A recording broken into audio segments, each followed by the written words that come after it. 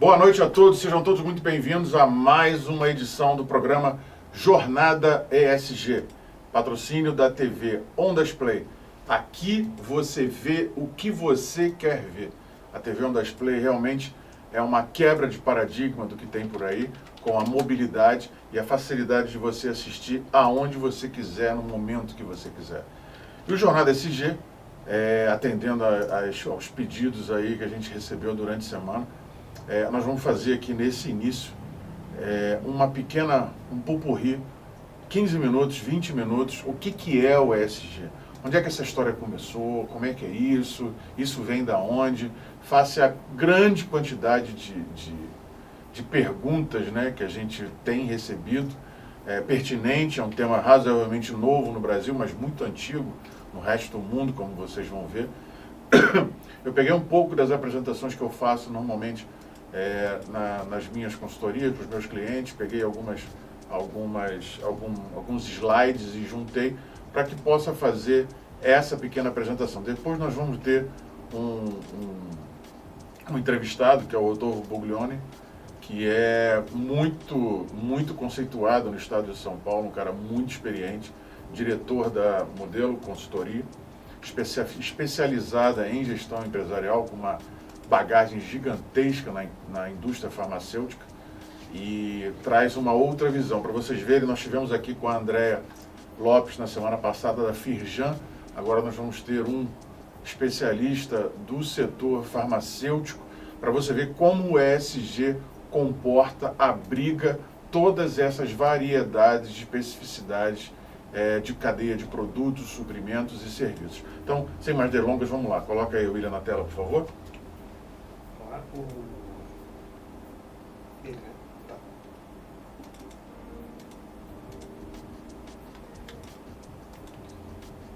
Na tela, temos aqui o Rodolfo. Ele é profissional de supply chain, com mais de 40 anos de mercado. Vou colocar aqui agora direitinho. Tá aí. Com mais de 40 anos de experiência desenvolvida em indústrias farmacêuticas e de saúde animal, sendo responsável pelas áreas de PCP, SIOP e compras e Comex.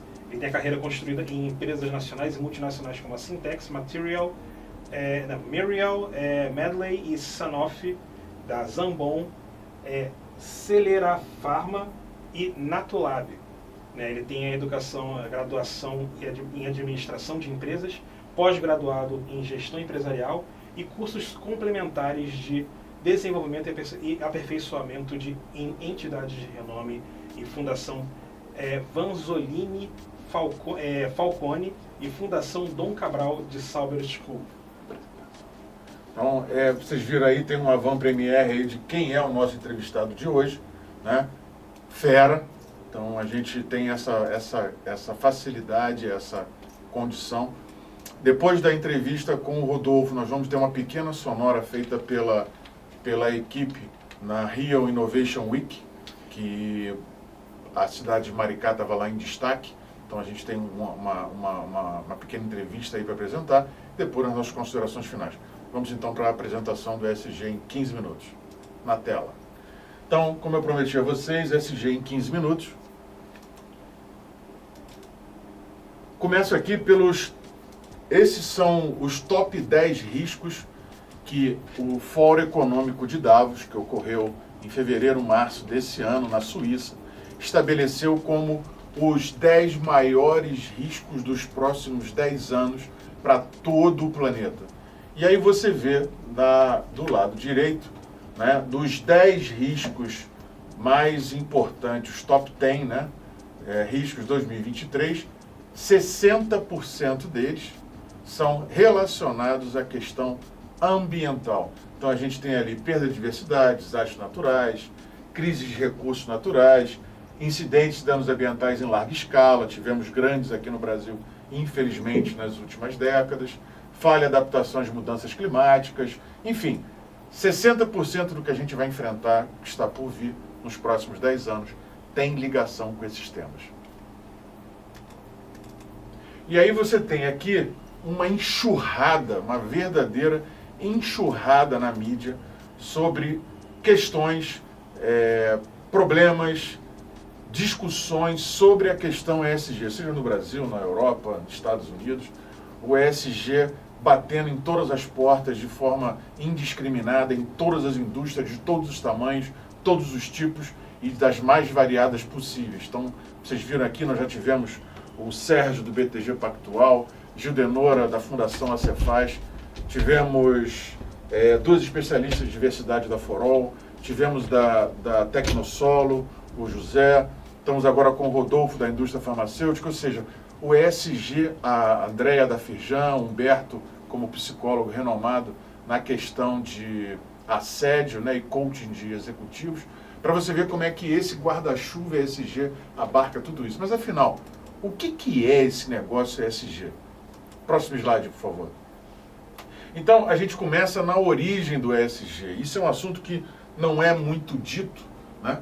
Mas essa discussão toda começa lá atrás, na década de 60, nos Estados Unidos, com a nossa amiga Raquel Carlson, que era uma funcionária pública do Departamento de Caça e Pesca, e começou a observar uma série de problemas nas aves do local, de onde ela morava.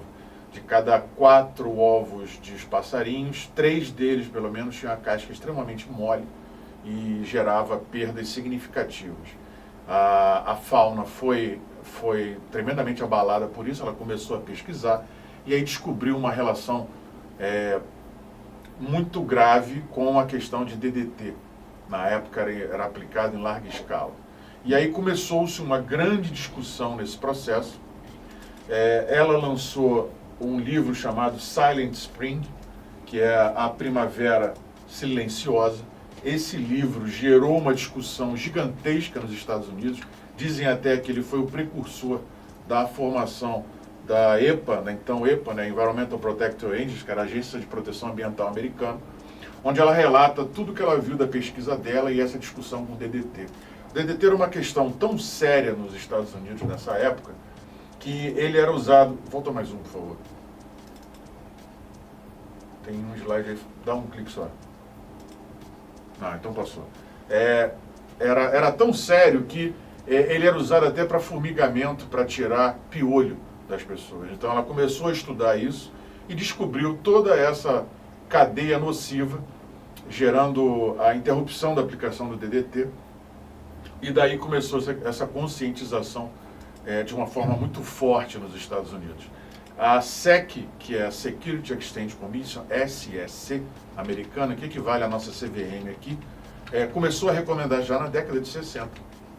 Isso eu aprendi com o meu professor Roberto Rocha, já na década de 60, recomendações para que as empresas fizessem avaliações socioambientais. Ou seja, quando fossem aplicar, quando fossem fazer aporte nas companhias, não observasse somente as questões financeiras, valuation, como o EBITDA, quantidade de dinheiro no caixa, solidez financeira, títulos, protestos, coisas do gênero.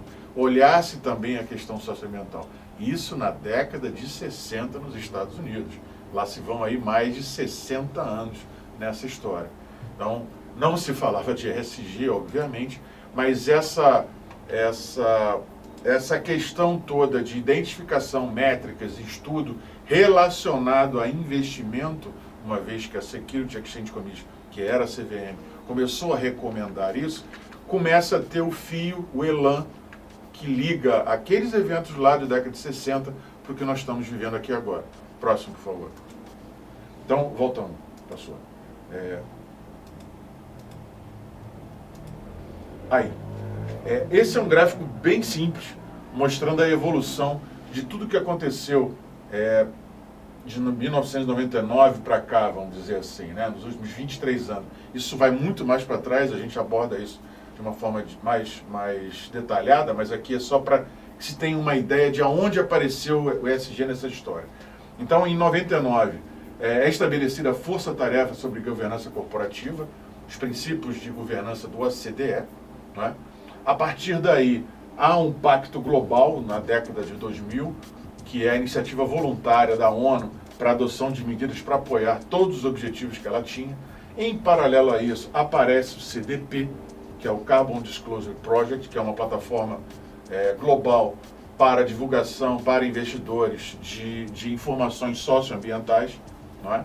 Em paralelo, ocorre também a propagação, a emissão dos princípios do Equador, que foram vários bancos na Europa, nesse momento, que se juntaram para estabelecer parâmetros de investimento nas questões socioambientais, né? O Accounting for Sustainability, criado pelo Príncipe de Gales, uma iniciativa muito interessante para a tomada de decisões sustentáveis, né? Isso na década de 2000, quer dizer, já se começava a se falar nisso, e em 2004 especificamente, essa publicação, Who Care Wins One Year On, na verdade era Who Care Wins somente, essa é uma publicação mais recente do IFC, International Finance Corporation, que é um braço do Banco Mundial, é publicado. Nesse momento, esse documento foi criado a partir de uma discussão estruturada pelo então secretário-geral da ONU, Kofi Annan, junto com o Ministério de Relações Exteriores da Suíça, e vários segmentos da indústria estudaram durante aproximadamente 1 ano, 10 meses, quais seriam os protocolos, qual seria o guideline, qual seria a forma razoável para se mitigar o risco dos investimentos para que não houvessem tantos prejuízos como estavam acontecendo, porque a avaliação era só financeira, não era socioambiental. E aí criou-se esse grande guia, que é o que a gente chama de ESG, Environmental, Social and Governance.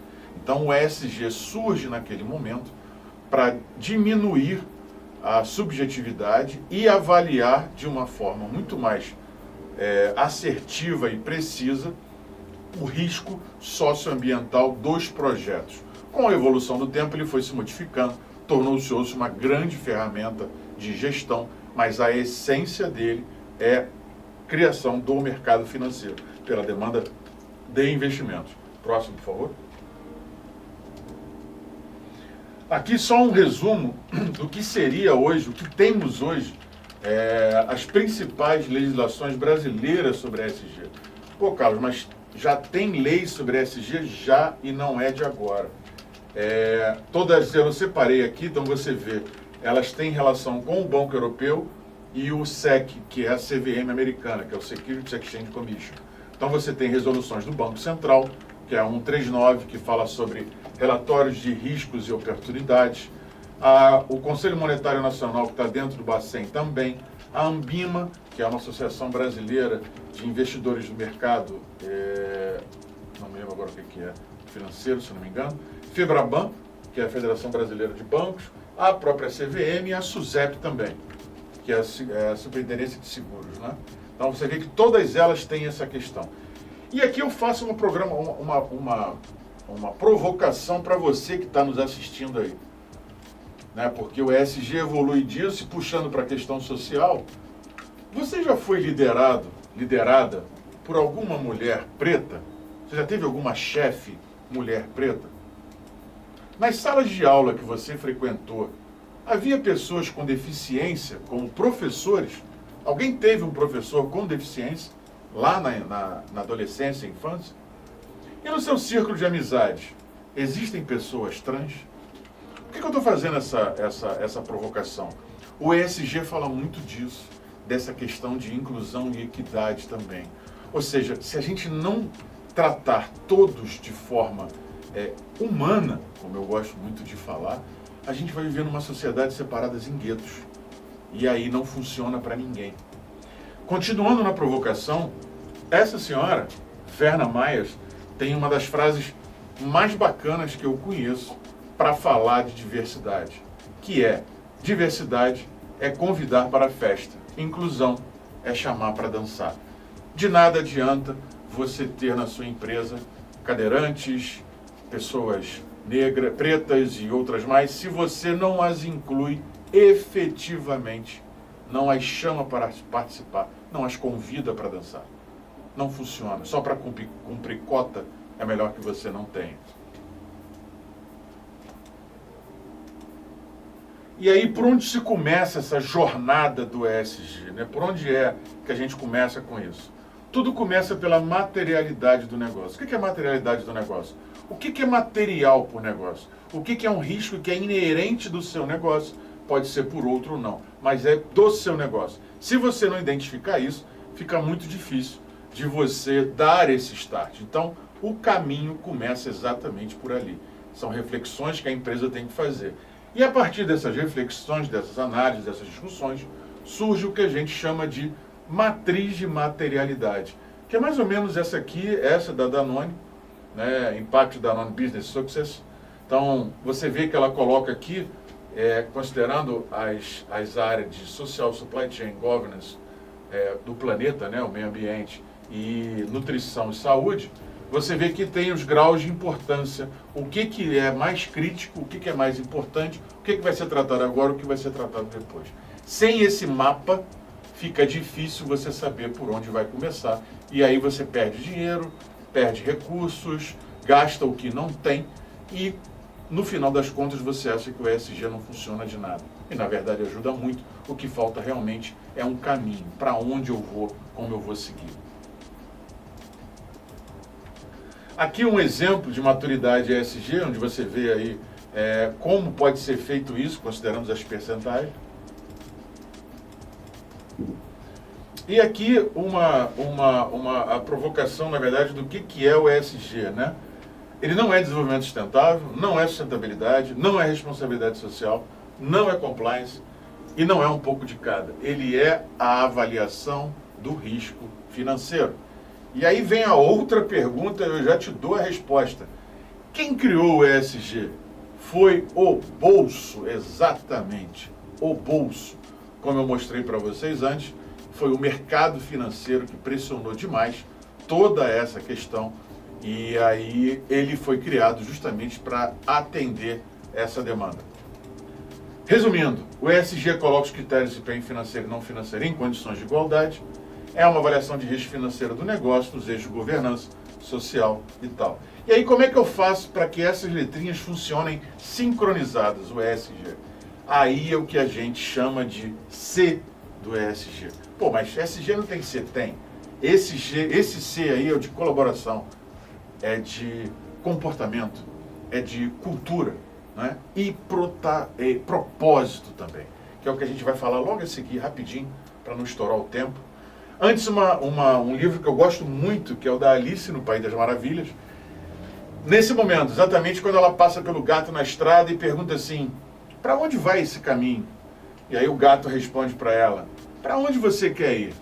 Aí ela diz, olha, tanto faz. E aí o gato responde com toda a sabedoria do mundo. Bom, para quem não sabe para onde vai, qualquer caminho serve. Por isso que é muito importante começarmos pela matriz materialidade. Ela é que vai dar o caminho a ser seguido durante toda a trilha da jornada ESG. Tá? E para falar de propósito, agora em 2 minutos, com certeza, eu chamo aqui o nosso amigo Martin Luther King. Por que o Martin Luther King?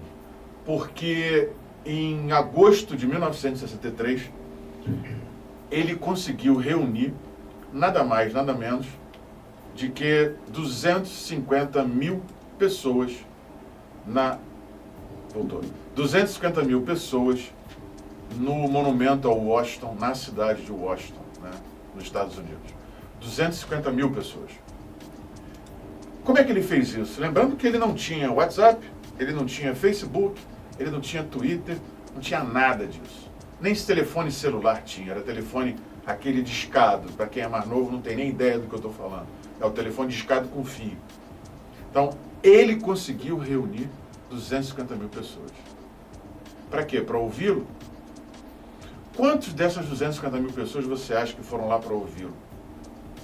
0. Nenhuma. É isso mesmo, nenhuma. Ninguém foi para lá para ouvir o que ele estava falando. As pessoas foram lá porque o propósito que elas tinham se conectava com o propósito dele. Então, no fundo, elas foram ouvir elas mesmas. Ele era meramente uma ferramenta, uma caixa de som dos anseios de toda a sociedade naquele momento. E não adianta colocarem que, não, mas era um comício para negros. Não, não era. 1/4 daquelas pessoas que estavam lá eram brancas. Então não era uma questão racial, era uma questão de propósito. Propósito do país, da América. E aí não dá tempo aqui para a gente falar desses detalhes. Então, assim, ele conseguiu, o propósito dele conseguiu reunir essas pessoas todas. É isso que a gente fala de propósito. Não é? O propósito, ele liga as pessoas de uma forma que a gente nem imagina como. E cria essa relação que é extremamente verdadeira, honesta e duradoura. Sem isso, sistema de gestão nenhum no mundo funciona. Simplesmente não acontece. Então, espero que vocês tenham, nesses 15 minutos aí, 20 minutinhos, tenham conseguido pescar o que é o ESG como um todo. Realmente é muito rápido daqui da forma que eu coloquei, mas eu acho que a gente precisava colocar isso justamente para que ficasse mais claro para você que está nos assistindo o que é esse negócio de ESG. Né? Isso vem da onde? Então, está explicado de onde é que vem, a origem, por que aconteceu e os desafios agora que a gente tem, que são gigantescos. Hoje, como eu comentei, a gente tem uma entrevista aí com a Prefeitura de Maricá, presente lá o evento, o prefeito, falando dessa questão de sustentabilidade também. Então, é algo muito forte que está no nosso dia a dia e depende de nós para fazer isso. Antes de chamar o nosso convidado, a gente tem aí alguns comentários, é isso? Já temos alguns comentários sobre essa pequena aula que você deu também. Não se O pessoal já só uma apresentação. O Norberto, de São Gonçalo, Rio de Janeiro, ele falou o seguinte: muito bom, uma verdadeira aula, parabéns, eu sou de São Gonçalo, Rio de Janeiro. O Sérgio Marins aqui falou: gostei das explicações, de onde vem a identificação, isso mostra o quanto somos irresponsáveis quanto à sustentabilidade. Eu moro em Itaipuaçu, Maricá, Rio de Janeiro, e Nair, né, falando aqui com a gente, esses assuntos são indispensáveis. Uma pena que poucos se importam. Abraço, eu sou do Campo Grande, Rio de Janeiro. Legal, muito obrigado, Nair, pelos seus comentários. Vamos deixar os próximos aí para a gente falar mais a seguir, senão o tempo não vai ser possível. Já pedimos à produção mais 40 minutos de programa, estamos esperando aí a resposta, né, William? Então vamos lá agora, vou apresentar a vocês aqui o nosso convidado, o Rodolfo, já dito aí a extensa folha de serviços, né, vamos botar assim, do Rodolfo, cara rodado, experiente. Seja muito bem-vindo, Rodolfo, boa noite. Boa noite, Carlos. Quero agradecer aí ao convite para participar desse bate-papo com você, né? E eu estou gostando muito, porque a participação aí de alguns assistentes aí já estão falando, comentando, né? E difícil que a Nair também comentou aí que ninguém dá bola praticamente para o ISG, é uma grande verdade. E eu gostaria de começar a minha fala, Carlos, para a gente bater um papo, e voltar um pouquinho no tempo, voltar um pouco no passado, onde eu tive uma experiência muito grande numa indústria farmacêutica. Por essa empresa eu trabalhei por mais de 20 anos, e ela já estava assim a gente já fazia algumas coisas do ESG e nem sabia praticamente, né? Então, o que eu quero deixar claro é que com essa fala, que às vezes a gente vai entrando, vai criando coragem, vai fazendo, e quando você vê, você está no meio, né? E aí eu vejo também hoje muitas empresas que não sabem como começar, né? Você falou um pouco aí da matriz, eu acho excelente, mas às vezes muitas ações de ações feitas, né, pode se encaixar aí dentro do SDG e as empresas não têm conhecimento. Por isso que eu acho que ainda tem que ser disseminado muito forte, né, para empresários, acionistas, né, talvez através até dos conselhos das empresas, fazer uma forcinha aí para pressionar um pouco o pessoal a querer entender um pouco mais de ESG, tá? Então, o meu breve relato aqui, eu entrei numa empresa praticamente familiar, isso nos anos 86, né, para justamente fazer parte de um processo de profissionalização dela, onde estava assumindo a terceira geração, né? Então a empresa vinha crescendo, já estava um pouco com problemas financeiros, dores do crescimento, então ela começou a buscar profissionais do mercado e começar a estruturar a empresa melhor e melhorar seus processos, né? E a indústria farmacêutica, ela é assim uma indústria que eu chamo de indústria nobre, né? Porque qualidade na indústria farmacêutica é uma coisa que está intrínseca dentro do produto, não se discute, né? Então, ela sempre teve, assim, voltado para a cadeia de fornecedores, seu processo de fabricação e até o produto acabado, né? Um controle rígido, né? E hoje regulamentado por um dos órgãos mais reconhecidos no mundo, que é a Anvisa, né? Hoje a Anvisa, ela praticamente ela se equipara ou é até melhor que um EMEA da Europa ou um FDA nos Estados Unidos, mas ela está aí entre os melhores órgãos reguladores do mundo, é do Brasil, tá? Então, como eu peguei essa parte de passagem de bastão, né? Então estava assumindo a terceira geração, então havia muita vontade de crescer. Então, a maneira como eles resolveram crescer foi, bom, vamos comprar uma empresa, acabou comprando uma empresa, a coisa foi andando, e a gente começou logo a fazer uma coisa que os processos estão meio tortos, precisamos arrumar para cá, para lá, vamos fazer uma ISO 9000 para arrumar os processos. ISO 9000 nunca foi, assim, prioridade da indústria farmacêutica, porque as boas práticas de fabricação é que comanda a indústria farmacêutica. Mas nós vamos lá, vamos arrumar nossos processos e vamos fazer uma ISO 9000. Fomos a empresa, a primeira farmacêutica a receber uma certificação ISO 9000 no Brasil. E quando mexemos com a ISO 9000, a gente começou a mexer com um pouco de responsabilidade social, sustentabilidade. A gente já tinha, assim, aquelas cotas de PDCs, a gente já extrapolava essas cotas de PDCs. A gente tinha pessoas cadeirantes, então aí com os cadeirantes a gente começou a desenvolver prática de basquete com os cadeirantes, apoiar time de basquete de cadeirante, e a gente foi entrando assim sem perceber, né? Houve assim uma forte vontade dos colaboradores da empresa, né? E o aval dos acionistas, pode ir que nós também somos esportistas, nós gostamos de esporte. Então a empresa começou um time de voluntariado, vamos trabalhar numa creche, vamos trabalhar aqui numa casa de idosos aqui na comunidade, vamos usar o nosso sábado para ir lá ajudar, fazer alimento, pintar, limpar, carpir, e começou a ganhar um corpo muito grande, né? E aí a gente começou a investir nessa área bastante, trouxemos um gestor para cuidar da parte de responsabilidade social da empresa, e aí a gente foi assim, cara, ganhando uma força violenta. Deixa eu só dar uma acertada no meu volume aqui, só um minutinho. A gente foi ganhando uma velocidade violenta, e aí o que aconteceu? Em 2007 a gente já tinha o quê? Já tinha um relatório de responsabilidade social montado e auditado pela Ernst Young, né? E o que nós fomos construindo nesse período, né? A gente foi construindo o seguinte, né? Investimos altamente em tecnologia, ampliação de fábrica, educação em instituições de renome para executivos e liderança, era o nosso foco era desenvolver pessoas, né?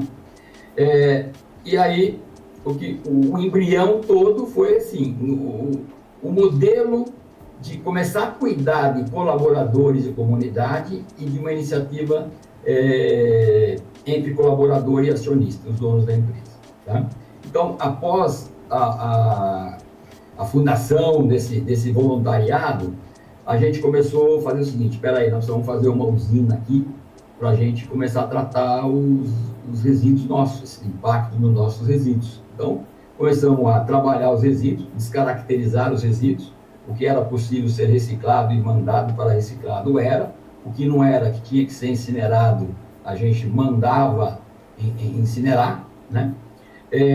Começamos um processo de, vamos chamar nossa cadeia de fornecedores aqui, e ver o que eles estão fazendo nessa parte de gestão, de responsabilidade social, de sustentabilidade.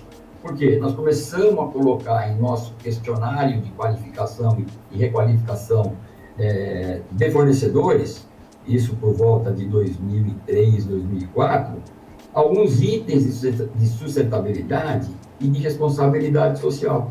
E que se eles não tivessem convergindo dentro disso, eles iam ficar fora do nosso negócio. Porque nós queríamos empresas que tivessem pensamentos igual ao nosso, né? Então, a partir daí foi uma explosão. Foi uma explosão de coisas, porque a gente fez uma primeira creche aqui na cidade de Campinas, né?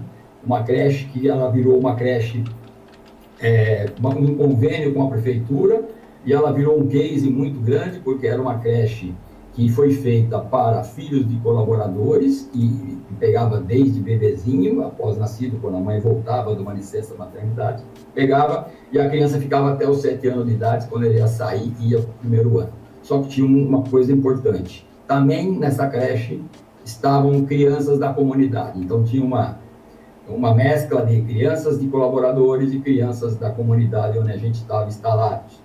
E essa creche tinha psicólogos, assistentes sociais, fonoaudiólogos e os professores, né? Então, isso ganhou uma força, sabe, tão grande na cidade, que às vezes dava até confusão na comunidade para querer inscrever criança de outra região, de outra comunidade, então a gente tinha que fazer alguns acertos.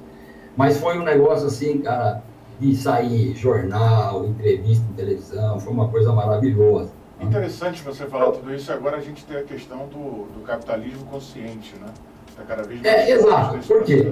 processo. O que levou, aonde eu quero chegar, né? Que a gente tinha o seguinte, cara, independente de regulamentações, a empresa tomou uma iniciativa, junto com colaboradores, com o aval dos acionistas, né? Para ter um convívio melhor com a sociedade, para cuidar da geração dos impactos do seu resíduo, né, e educação de colaboradores, assim, instituições de grande renome. Fizemos aí em 2003, 2004, o primeiro curso de pós-graduação com a fundação da Capitão Cabral, dedicado direto para os executivos da empresa, né?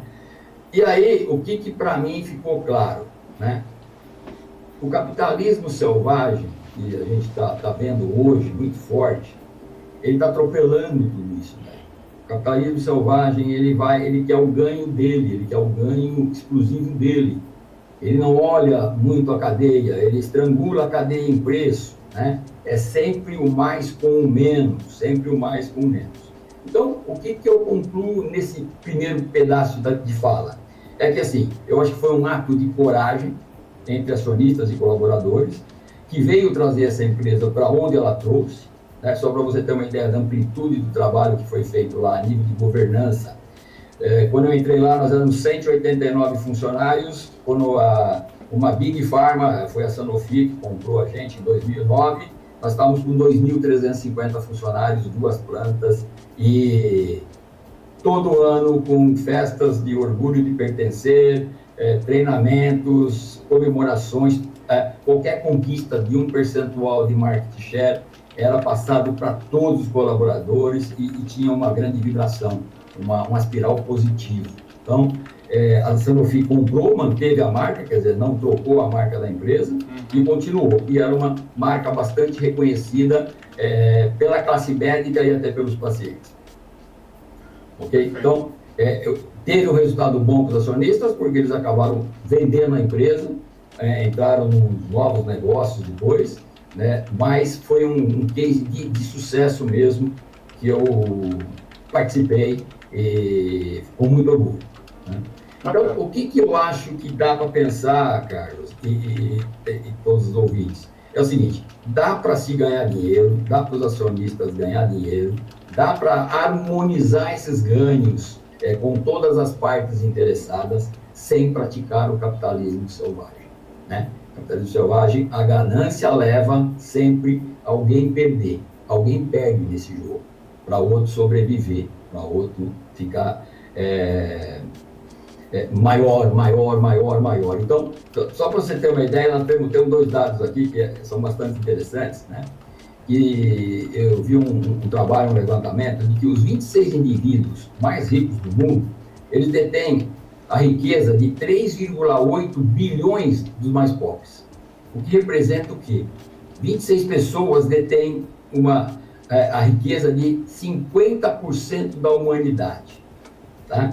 E um outro fato relevante, que também é bastante atual, e que desde 2021, pela primeira vez em 20 anos, houve um aumento da pobreza extrema no mundo. Quer dizer, já estava há 20 anos caindo, e ela voltou, e voltou feroz, né? Então, eu defendo muito, né, as empresas saírem desse capitalismo selvagem, tá? E abraçar, né, o capitalismo consciente. Nada mais é o capitalismo consciente. Ele tem praticamente 4 pilares, né? Então, a gente tem que fazer um negócio consciente. E para fazer esse negócio consciente, o que a gente precisa fazer? Tá? Os 4 pilares, vou falar brevemente deles aqui. Que é o primeiro, ter um propósito. Qual é o propósito da empresa? Né? Então, a gente tem que pensar em algumas perguntas, né? Os próprios donos, né? Os principais executivos da organização. Que diferença queremos fazer no mundo com esse negócio nosso aqui? Né? O mundo fica melhor com a nossa presença? Né? Será que se nós sumirmos, né, nós vamos deixar de existir? Vai fazer falta para alguém? Né? Então, são perguntas que você tem que estressá-las para ver qual é o propósito da empresa, para que ela veio. Né? Então, isso ajuda e é um dos pilares do capitalismo consciente. O outro pilar do capitalismo consciente é uma liderança consciente. Uma liderança consciente, quer dizer, então vai para a liderança da empresa, onde nós precisamos ter uma inteligência sistêmica, precisamos ter uma inteligência emocional, uma inteligência espiritual, né? Isso já está ganhando força também, essa inteligência espiritual. Um ambiente agradável, né? Seguro. Um ambiente seguro para você poder trabalhar, colocar as suas ideias e ser você mesmo, né?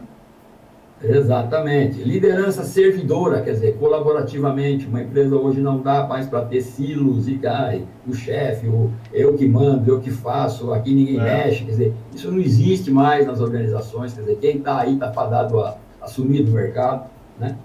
Integridade, a liderança tem que ter. A liderança tem que ter impacto e influência. Né? Então, são coisas que vai levar à construção ou vai buscar o caminho consciente da organização. Né? O outro ponto são o quê? Orientação para os stakeholders. Né?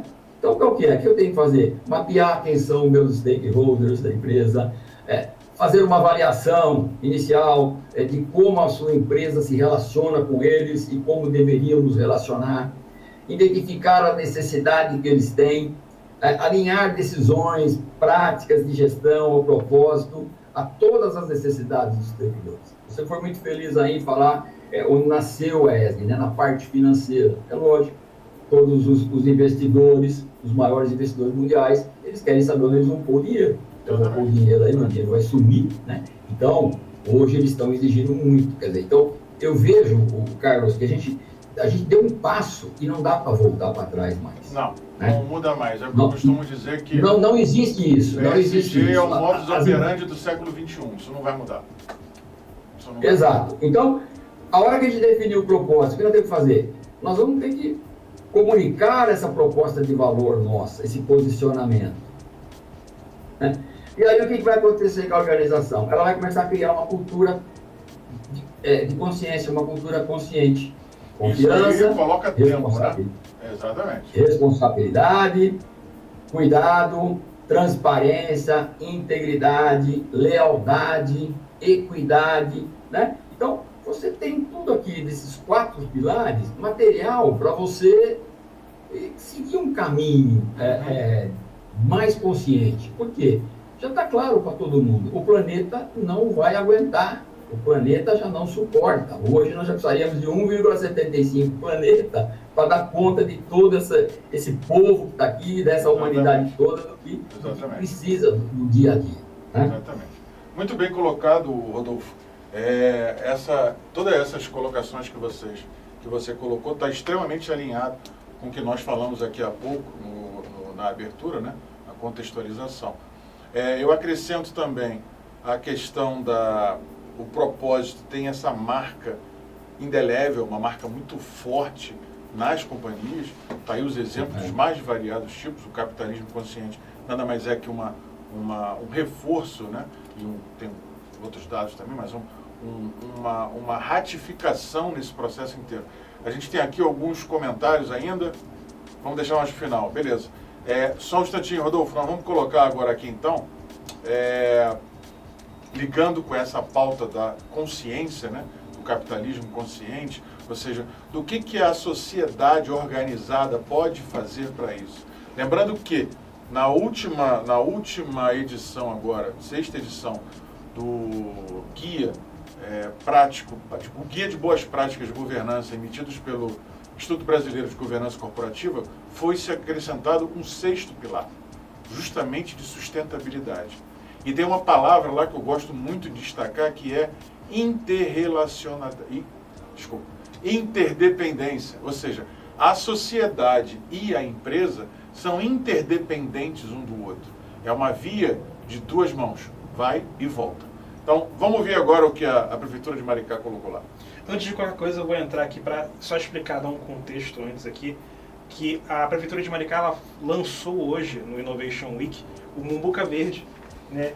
E eu vou dar uma pequena explicação. O Mumbuca Verde será uma plataforma de comercialização de ativos ambientais para pessoas e empresas. Pessoas, né, indivíduos também podem participar desse tipo de comercialização. Com compra de títulos desses ativos, os investidores eles podem e recebem benefícios como o selo verde, né, e que abre portas para negócios e produtos, né, trazendo também um sólido caminho para a economia verde. Bacana. Agora vamos entrar aqui Então agora. as coisas estão conectadas realmente um com o outro. Perfeito. Vamos então agora com a entrevista, agora na tela. Na tela. Vamos lá. Econômico e sustentabilidade. Cria-se um novo afeto, prefeito. Eu cheguei aqui, o Hamilton vai poder partilhar um pouco disso, com essa percepção. Tem um afeto disputado na humanidade hoje importante, que é o afeto ambiental. É a percepção do cidadão comum, da cidadã comum, das empresas, de que para além de qualquer natureza do desenvolvimento econômico em si, você precisa ter vinculado a isso de maneira concreta uma política de preservação ambiental, de restauração ambiental, e esse afeto está muito vivo. O que a gente precisa é fazer caminho e achar caminho para que esses afetos sejam manifestos na construção, por exemplo, do nosso Mumbuca Verde. Presidente, resumidamente, o que é o Mumbuca Verde e qual é a inovação que ele traz? Mumbuca Verde é uma metodologia que gera uma moeda que a gente carinhosamente deu o nome de Mumbuca Verde, que vai poder ser comercializada numa plataforma eletrônica ou até mesmo em bolsa de valores, e todos aqueles, empresas ou pessoas que tiverem um patrimônio ambiental e quiserem colocar na nossa plataforma, vão poder gerar essa moeda e, portanto, ter uma rentabilidade. A ideia é o seguinte: quem conserva vai poder ter alguma rentabilidade hoje dentro do mundo financeiro que a gente vive. Obrigado, gente. Obrigado.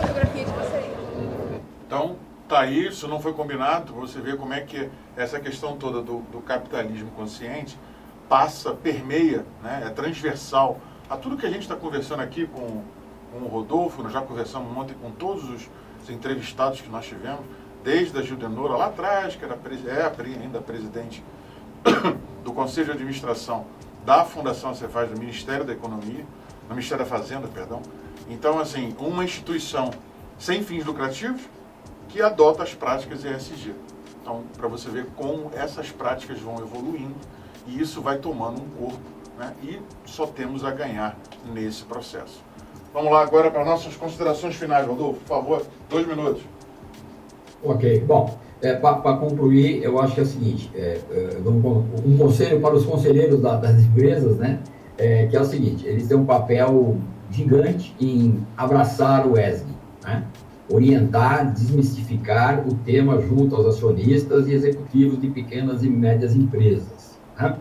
Porque a primeira coisa que vem na cabeça é o custo, implementação, não tem dinheiro, né? Então, acaba procrastinando, vamos deixar isso mais para frente, né? Só que a procrastinação desse tema, o que pode levar é o seguinte: pode levar custar a sobrevivência da empresa, né, no mercado. Então, o que eles precisam? De novo, volto na coragem, né? Faltam para empresários e acionistas a coragem para enfrentar e tomar uma decisão, para ter uma iniciativa em cima desse tema, tá? Então, eu acho que é bem isso, Carlos, né? Talvez não teria, só para concluir, mas eu acho o seguinte: as empresas que iniciam, eles tiveram coragem. Se nós pudermos ficar aqui conversando, tem um monte de exemplos de empresas hoje que têm o capitalismo consciente e chegaram a tirar produtos de linha, porque talvez o preço que eles estavam cobrando, a criancinha queria pegar lá e comprar, fazer uma coleçãozinha de algumas coisas, e aí eles viram que ela fazia coleção de objetos que ela usava na escola, mas faltava dinheiro para comprar o leite. Então eles acabaram parando e tirando de fabricação, parando essa linha, perderam um pouco de dinheiro, lógico, mas a ação social falou mais alto dentro da organização. Isso sim é uma empresa de capitalismo consciente. Perfeito. Te agradeço. Muito obrigado, Rodolfo, pela tua presença, tua disponibilidade. Você é um cara extremamente ocupado. Então, a TV Ondas Play, o programa Jornada ESG agradece de coração a sua disponibilidade, você poder contribuir com a gente aí por alguns minutinhos, quartos de hora. Muito obrigado. Deixamos aqui o programa à disposição para você, portas abertas. Esteja à vontade, sempre que você desejar, precisar, colocar alguma coisa, estamos à disposição. Muito obrigado, Carlos. Então, como vocês viram daí, a importância disso na sociedade hoje como um todo, como isso vem trabalhando de uma forma praticamente orgânica nesse processo. Lembrando que nós já temos hoje a primeira bolsa de carbono, né, do mundo, está no estado de São Paulo. A bolsa de carbono foi aberta, se não me engano, no mês passado e vai movimentar, a expectativa é de 10 bilhões de reais, uns ativos gigantescos de empresas americanas, japonesas, alemãs, chinesas e por aí vai. Então, esse mercado é um mercado que cresce cada vez mais. Aliás, vamos trazer aqui em breve alguém, um entrevistado, para poder colocar isso com mais precisão, com mais detalhes para você que está nos ouvindo. Temos algumas iniciativas muito interessantes. A Amazon, por exemplo, recentemente fez uma parceria com o grupo Maersk, A.P. Moller, onde eu já trabalhei, embarcado, da seguinte forma: somente os navios da Maersk hoje é a maior empresa de navios de container de transporte no mundo, está pau a pau ali com a MSC, e somente os navios novos da Maersk que tem amônia, né, como combustível alternativo, irão transportar os containers da Amazon. Então, a Amazon fez uma parceria, começou com 123 containers, se eu não me engano. Isso vai aumentar. Então, a Amazon preocupada com a pegada de carbono, ou seja, toda a rastreabilidade do produto dela, desde a produção, distribuição, transporte, consumo, túmulo, a volta. Então, é uma empresa que realmente está preocupada com isso, como você mesmo falou, Rodolfo, colocando essa coragem para frente para poder especificamente fazer isso acontecer. Isso é o que a gente chama do investimento ESG, é colocar debaixo do braço do conselheiro, do acionista, as métricas, as avaliações ESG e elas ajudarem a pautar, né, os investimentos que estão por vir. Quando isso acontece, todas as empresas que trabalham com esta empresa são obrigadas a seguir aquela vertente. Vimos aqui na semana passada a Andréia da Firjan, quem não assistiu, dá uma olhada aí no YouTube, o nosso programa anterior, mostrando a pesquisa da Firjan, sensacional. Rodolfo, depois dá uma olhada lá também. Acredito que a Fiesp tem alguma coisa parecida com isso, não olhei ainda, vou dar uma pesquisada. Da Firjan é recente, desse mês agora, setembro, onde aponta que, se não me falha a memória, 87% das empresas do estado do Rio de Janeiro já ouviram falar de ESG. Então, isso é um dado relevante, surpresa para a gente.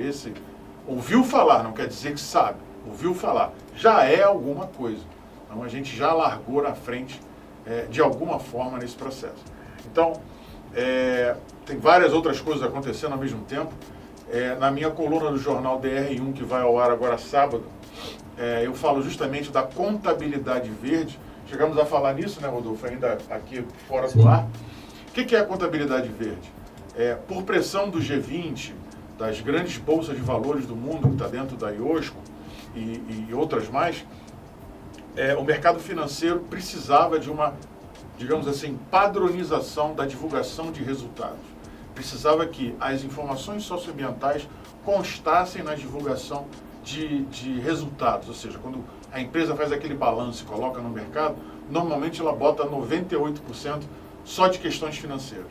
Então, esse órgão que foi criado, o ISSB, foi criado para estabelecer parâmetros, dentre outras coisas, são 4 objetivos, na minha coluna lá eu comento sobre isso, para que essas informações socioambientais sejam padronizadas. E mais, que as divulgações das empresas, né, dos balanços de informações, conste também quais são os riscos e as ações do risco climático de curto, médio e longo prazo. Então, isso é algo, assim, novíssimo. Então, elas publicaram o IFRS 1 e IFRS 2, falando especificamente disso. Até o final do mês, nós vamos trazer aqui um especialista para falar exatamente desse tema. Então, está curioso? Dá uma olhada lá no jornal DR1. Minha coluna vai sair agora no sábado. Vamos ter na semana que vem várias postagens. Eu já estou aí com bastante artigos publicados. Tem um muito interessante sobre assédio que eu vou publicar hoje à noite no meu LinkedIn. Segue lá, Carlos Camargo, se o William der tempo de colocar aí. Entra lá que você vai ficar sabendo, acompanhando tudo isso. No meu Instagram também tem. Então, não deixe de acompanhar, questionar, perguntar, porque informação é vital. Precisamos estar bem informados para saber efetivamente o que está acontecendo e como que nós vamos nos portar nessas situações. Lembrando que o ESG é o modus operandi do século XXI. Isso não vai mudar, eu garanto para vocês. 2, o ESG, o pai do ESG é o bolso. Eu mostrei aqui o porquê. Então, não tem dessas questões, pode colocar. Então, tá aí o meu LinkedIn. Fiquem à vontade para vocês seguirem. Sigam também o da TV Ondas Play. As programações são sensacionais com a questão de negócio.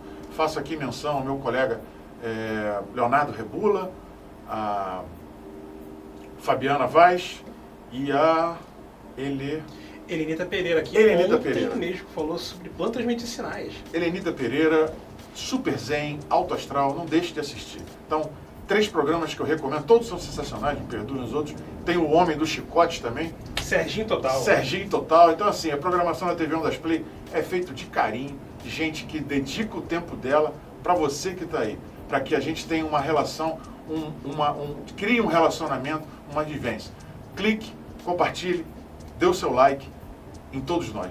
TV Ondas Play, Carlos Camargo e todos esses que eu falei aqui estão à sua disposição para ajudá-lo no que for necessário. Muito obrigado a todos, muito obrigado, Rodolfo, mais uma vez. Agradecemos a Deus, até a próxima semana.